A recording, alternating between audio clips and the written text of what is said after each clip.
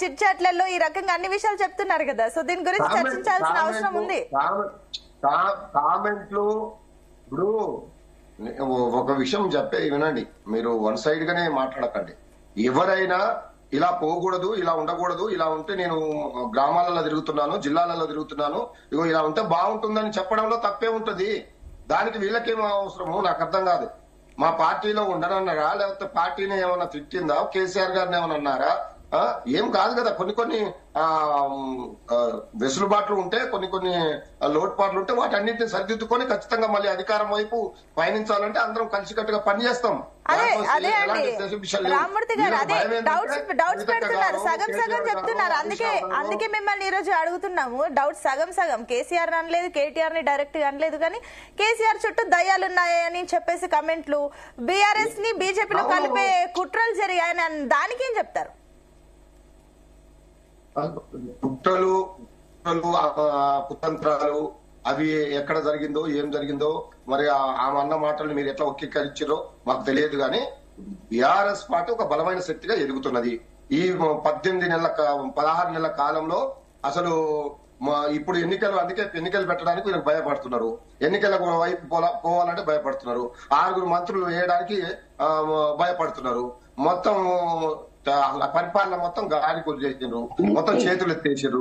ఇచ్చిన హామీలు నెరవేర్చకుండా ఇంకా నవ్విపోదురు గాక నాకెట్ట సిగ్గు అన్నట్టు ఈ ఇష్టం వచ్చిన అబద్దాల పునాదుల మీద ఇంకా పరిపాలన ముందుకు సాగిపోవాలని చూస్తున్నారు. ఇక ప్రజలకు అర్థమైంది వీళ్ళు మాకేం చెయ్యరు, అబద్దాలు చెప్పి మమ్మల్ని మోసం చేసిరని ప్రజలకు అర్థమైపోయింది. ప్రజలు ఖచ్చితంగా కర్రుగాల్చి ఓత పెట్టడానికి రెడీగా ఉన్నారు. వీళ్ళకేమో అనుకుంటున్నారు కాంగ్రెస్ పార్టీ, బీఆర్ఎస్ పార్టీ ఈ తెలంగాణ రాష్ట్రం కోసం పుట్టింది, తెలంగాణ రాష్ట్రాన్ని తెచ్చింది, తెలంగాణ రాష్ట్రాన్ని 10 సంవత్సరాలు భారతదేశంలోనే నెంబర్ 1 స్థానంలో ఉంచింది కదా. ఈ 18 నెలల కాలంలో 1,80,000 కోట్లు తెచ్చిన కాంగ్రెస్ ప్రభుత్వం ఏం చేసింది? ఒక కాలువ తవ్విందా, ఒక ప్రాజెక్టు కట్టిందా, ఒక ప్రాజెక్టు తెచ్చిందా, లేకపోతే ఒక కంపెనీ తెచ్చిందా? ఉద్యోగాలు ఇచ్చారా? 2 లక్షల ఉద్యోగాలు ఇస్తారన్న కాంగ్రెస్ ప్రభుత్వం ఒక 10,000 ఇప్పటి వరకు ఇచ్చింది. మేము ఇచ్చిన ఉద్యోగాలకు పాంప్లెట్ లాగా సర్టిఫికెట్లు పంచారే తప్ప వీళ్ళు చేసింది ఏం లేదు. అందుకే ప్రజలు అర్థమవుతుంది. వీళ్ళు తీసుకుంటున్న ఈ 18 నెలల కాలంలో ప్రజా వ్యతిరేక నిర్ణయాల వల్ల తెలంగాణ పరిస్థితి ఆగమ్య గోచరంగా తయారైంది. ప్రతి వర్గం ఏడుస్తున్నారు, ప్రతి వర్గం అల్లాడిపోతుంది. కాబట్టే తెలంగాణ ప్రజలు మళ్ళా కేసీఆర్ గారు రావాలి, కేసీఆర్ గారి సీఎం కావాలి, కేసీఆర్ గారి నాయకత్వంలో తెలంగాణ బాగుపడుతుందని కోరుకుంటున్నారు. వీళ్ళు చెప్పినట్టు ఏమో జరిగింది, కోడిగుడ్డు మీద ఈక లాగినట్టు ప్రతి దాని మీద ఏదో చెప్తూ కాలాన్ని గడుపుతూ డైవర్షన్ పాలిటిక్స్ చేస్తున్నది కాంగ్రెస్ ప్రభుత్వం. కానీ ఆ డైవర్షన్ ఎమ్మెల్సీ కవిత చేస్తుంది తెలంగాణ రాష్ట్రంలో అంటూ కమెంట్లు. అండ్ మీరన్న మాటల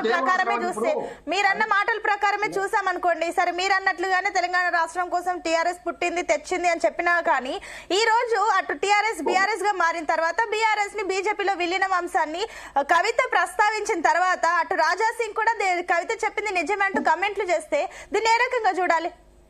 నేనేమనుకున్నా, మా పార్టీ నాయకుడు కేటీఆర్ గారు, హరీష్ రావు గారు నిన్న తెలంగాణ ఆవిర్భావ దినోత్సవ వేడుకలలో కూడా చెప్పారు, ఈ 2 పార్టీలు తెలంగాణకు అరిష్టము. ఇప్పుడు మీరు కూడా వ్యత్యాసం చూపిస్తున్నారు. మీ పార్టీ నాయకుడు కేటీఆర్ హరీష్ రావు అంటున్నారు కానీ కవిత వినండి, ఈ 2 పార్టీలు తెలంగాణకు ద్రోహం చేసినాయి. ఒక ముఖ్యమంత్రి, ఇప్పుడున్న ముఖ్యమంత్రి తెలంగాణ రాష్ట్రం ఎయిడ్స్ పేషెంట్ లేదా క్యాన్సర్ పేషెంట్ ఆగమైపోయింది అని తెలంగాణ ఔనిత్యాన్ని, తెలంగాణ అస్తిత్వాన్ని, తెలంగాణ ఆత్మగౌరవాన్ని ప్రపంచం ముందు, భారతదేశం ముందు తలదించుకునేలాగా చేస్తున్నాడు ఈ ముఖ్యమంత్రి. అర్భకుడు. నిజంగానే కేసీఆర్ గారు ఎందుకు అంటారంటే అర్భకుడు అంటున్నారు. అందుకనే తన రాష్ట్రాన్ని గొప్పగా కీర్తించబడాలి గాని, గొప్పగా అజేయాలి కానీ ఒక పక్క బీజేపీ అంటూ తల్లిని చంపి బిడ్డను బతికించారని ఇంకా మానవత్వాన్ని, తెలంగాణ ఔన్నత్యాన్ని, తెలంగాణ ఆత్మగౌరవాన్ని చంపుతున్నారు మోడీ గారు. కాబట్టి ఈ 2 పార్టీలు బీఆర్ఎస్ పార్టీ కంటే బీఆర్ఎస్ పార్టీ తెలంగాణ ప్రజలకు ఉన్న పేగుబంధం లాంటి పార్టీ. ఈ 2 పార్టీలు తెలంగాణకు అరిష్టం. కాబట్టి వాళ్ళు ఒక ప్రాజెక్టు 11 సంవత్సరాలు అధికారంలో ఉన్న బీజేపీ పార్టీ ఇంతవరకు ఇస్తానన్న ప్రాజెక్టు ఇవ్వలేదు, ఒకదానికి జాతీయ హోదా ఇవ్వలేదు, ఒక మెడికల్ కాలేజ్ ఇవ్వలేదు, ఉక్కు ఫ్యాక్టరీ ఇస్తానని ఇవ్వలేదు, కోచ్ ఫ్యాక్టరీ ఇస్తానని ఇవ్వలేదు. అన్ని మోసాల మీద వాళ్ళు పబ్బం కట్టుకుంటూ పోతున్నారు. కాబట్టి ప్రజలకు అర్థమైంది, ప్రజలు చూస్తున్నారు ఒకటండి రామూర్తి గారు, బాగుపడుతుంది. సరే మీరు అన్న అన్ని విషయాలు చూద్దాం, కానీ నిన్న జరిగిన అంశం గురించి ఒకసారి మాట్లాడుకుందాం. ఏదైతే తెలంగాణ రాష్ట్ర ఆవిర్భావ దినోత్సవం రోజున అటు కేటీఆర్ డల్లాస్ లో ఉన్నారు, ఇటు తెలంగాణ భవన్ లో హరీష్ రావు జెండా ఎగరవేస్తే మరి అక్కడికి తెలంగాణ భవన్ కి వెళ్లి కవిత కూడా అక్కడ పార్టిసిపేట్ చేయొచ్చు కదా, ఎందుకు తనకంటూ వేరే ఆఫీస్ లో అక్కడ సెలబ్రేట్ చేశారు? మేడం మీకు అర్థం కాదు. ఈ తెలంగాణ జాగృతి పెట్టి దాదాపు 18 సంవత్సరాలు అయింది. మేడం కవితక్క గారు ప్రతి సంవత్సరం తెలంగాణ జాగృతి ఆధ్వర్యంలో అన్ని కార్యక్రమాలు చేస్తూ ఉంటది. ఈ రోజు నిన్న కూడా అదే జరిగింది. ఎప్పుడు వచ్చి తెలంగాణ ఆవిర్భావ దినోత్సవం రోజు జెండా ఆవిష్కరించిందా కవితక్క? ఖచ్చితంగా వాళ్ళ జాగృతి ప్రోగ్రాంలు సపరేట్ గా చేసుకుంటున్నారు. అదే అందరు అర్థం కాక మీరు అన్నట్లుగానే అందరు అర్థం కాకనే అడుగుతున్నారు. 18 సంవత్సరాలుగా కంటిన్యూస్ గా జాగృతి యాక్టివిటీస్ ఉంటే బాగుండు, మధ్యలో ఇన్యాక్టివ్ అయింది, మళ్ళీ ఇప్పుడు యాక్టివ్ అయింది, కాబట్టి అందరికి డౌట్లు వస్తున్నాయి. రోజు ప్రభుత్వంలో ఉన్నప్పుడు ఒకలాగుంటాము, ప్రభుత్వం కూడా ప్రతిపక్షంలో ఒకలాగుంటాము.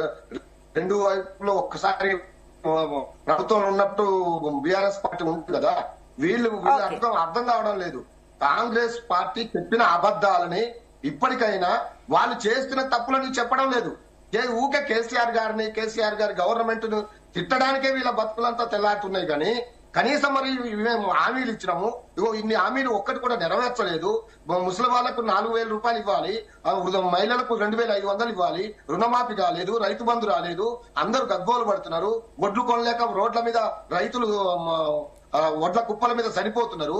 కనీసం అది పట్టించుకోకుండా వీళ్ళు మొత్తం తమ మంత్రులే కమిషన్ లేకుండా పనిచేయడం లేదని సొంత